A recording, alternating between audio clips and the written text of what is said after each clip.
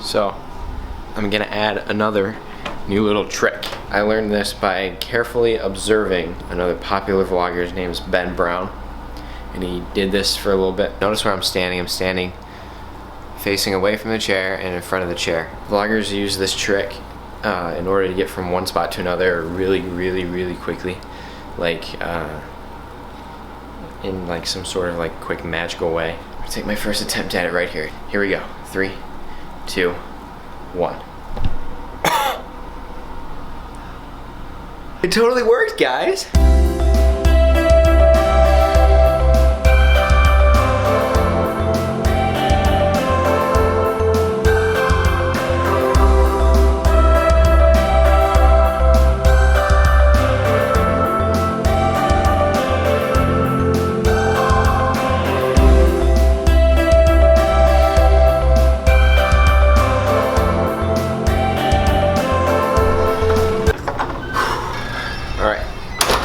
Kind of like intentionally / unintentionally did that. I just went out and I was like, alright, I'm gonna try to go to as many places as I can doing my thing.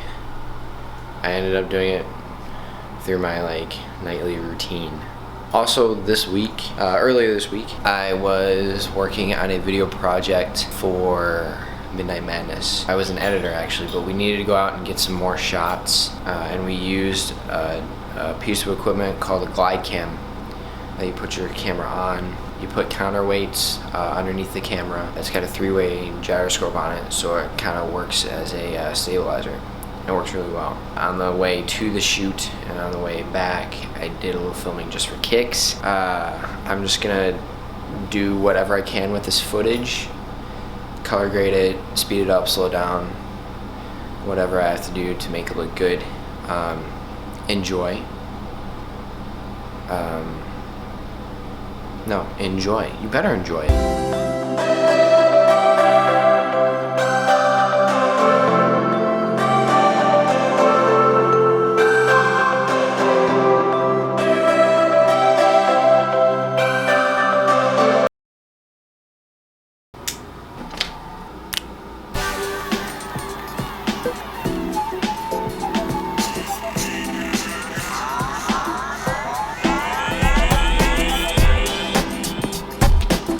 Literally came up with this on the fly. Like, I set up the camera before I even knew what I was doing. Basically, let me lay it out for you. See, when vloggers talk about the things that they want to talk about, oftentimes it is not actually about the vlog because they're better than me. So, there are usually 3 main components what vloggers would consider right now a successful vlog. They have B-roll, which is what I was using kind of earlier. Is this still in focus? Kind of the stuff that I was doing earlier with the glide cam and with my new effects. I have daily life footage, which is usually not timed to music or color graded or things like that. Bare bones footage of what happened that day. This category right here is what makes vlogs vlogs. This right here, B-roll category, is what makes vlogs look good and kind of connect them to a more movie realm. But this one, opinions, is oftentimes what makes bulk footage and solid footage in a video. And so a lot of times vloggers will make sure that this is inside their video, and this is a majority of their video. And because this happens so often, it creates a repetitive series kind of feel to it. And vloggers submit to this by making their own segments inside their vlogs. Casey Neistat has one called Q&A. But it's basically to create an easier outlet to make sure you make content every week, which is the birth of my segment, The Whiteboard. So what better way to start this segment than to talk. Actually, I've talked about this before, but I really want to touch on it just because I can see how a lot of people wouldn't like how I'm doing my vlogs. I don't want people to think that I'm copying him, but I will admit that I am copying him in certain parts of my vlog. In my intro to cinema class, which is film history, I see a lot of reciprocation between what we're studying and what I'm doing. And so the vlogger, you guessed it, it's Casey Neistat.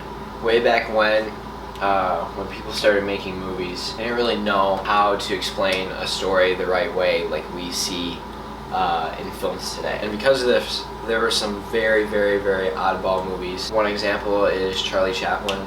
He's a great director, great filmmaker, but he was definitely on the edge of experimentation. He was testing out not only what it took, but what is the right way.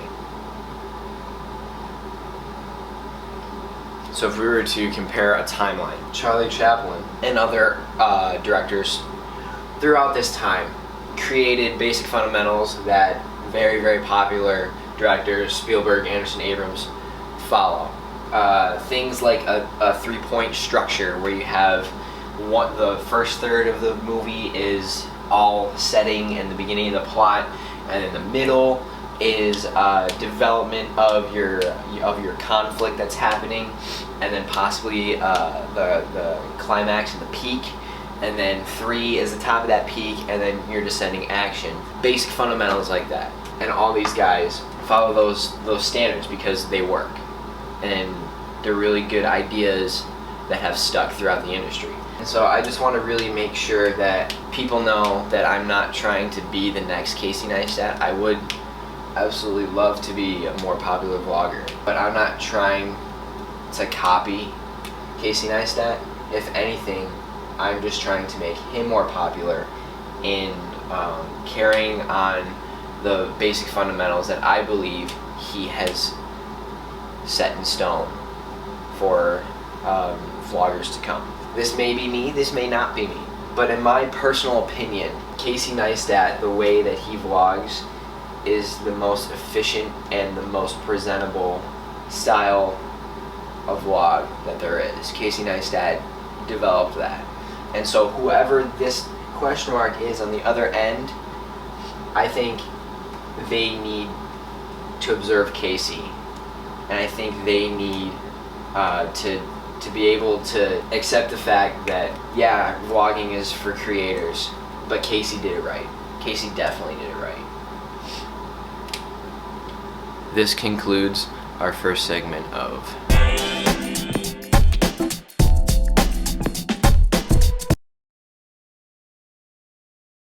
It's Friday morning, and I'm gonna go shoot some time lapse because I haven't done that in such a long time. So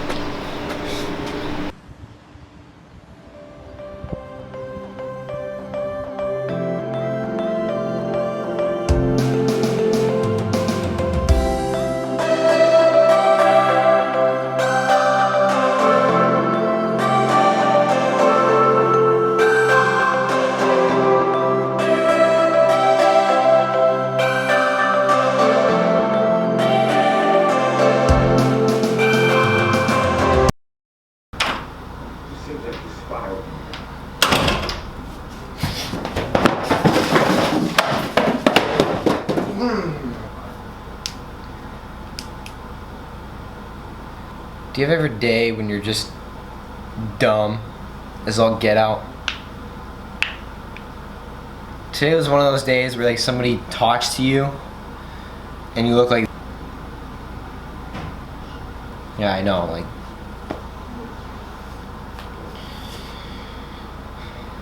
and it sucks.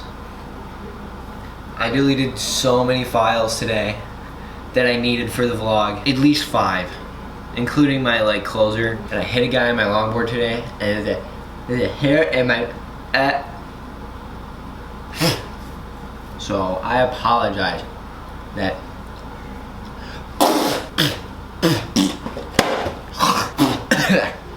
apologize that today is the day that's happening because I need to edit like half my vlog today. So I have to refilm a closer, as you can see, and it's just awful. So next vlog is gonna be dope though.